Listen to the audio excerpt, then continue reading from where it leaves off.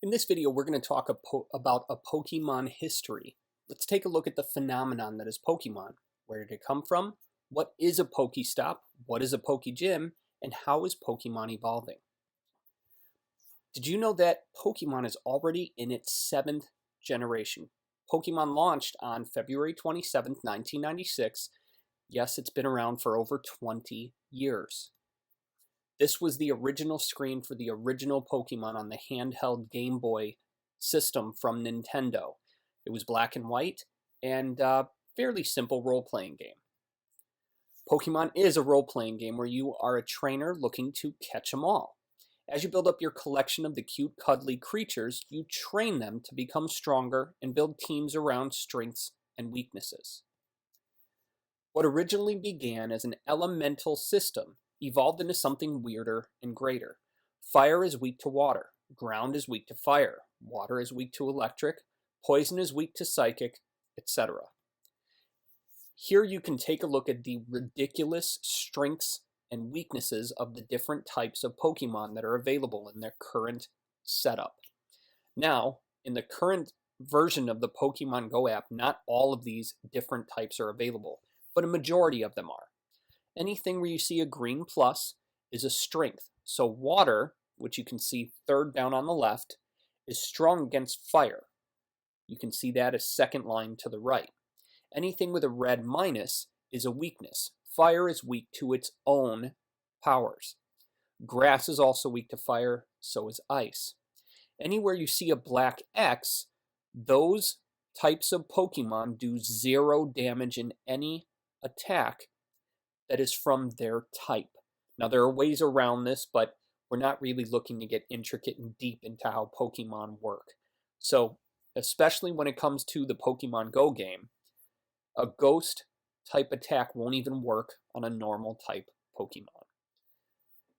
Obviously I could talk about just this screen for quite some time, but if you take a look, you can see most of the strengths and weaknesses have a little bit of logic involved. You may love the electric type Pokemon, but a team full of them could be wiped out by a single water type Pokemon. Your team has to be made up of Pokemon of different types to capitalize on strengths and weaknesses of other teams. Most importantly, many Pokemon have 2 different types. Not only does that make you extra strong against the types of Pokemon they would be strong against, it also gives you extra weaknesses. Pokestops are a place to gather potions, buffs, and heal your team in the original game. They serve a similar purpose in the new Pokemon Go game, but we'll get to that in a bit. Pokegyms are where big battles take place between your trainer and the local gym leader and whatever supporting team they may have there. The goal is to defeat the leader and get a special badge that identifies your awesomeness. This is what a battle looked like in one of the Pokemon games. Your goal in the games is to beat the Pokemon leaders to get to an ultimate battle where you face 4 different leaders at once on some ridiculously out of the way mountain. Once you do that, you defeat the game, but they do have special things you can do once you do that to build up your team even further. In Pokemon Go, you still gather items you need at Pokestops and you still battle gym leaders. The physics of the battles in the Pokestops have changed a bit. So now, this is an augmented reality app on our phones where we use our cameras built into our smartphones to bring Pokemon into our world. Pokestops are different. They don't look the same like they did in the game. In the game, it would be a little building your little character would walk into, and they would stock up on whatever they needed, heal, and then go back out into the world to move further into the game. Now, Pokestops give you automatic drops of different items when you check into one, and gyms are even more different from the way they performed in the game. So now, when you're going into a battle, you'll see screens similar to this, and you will then fight. And fighting in Pokemon Go is also very different from how it is in the game.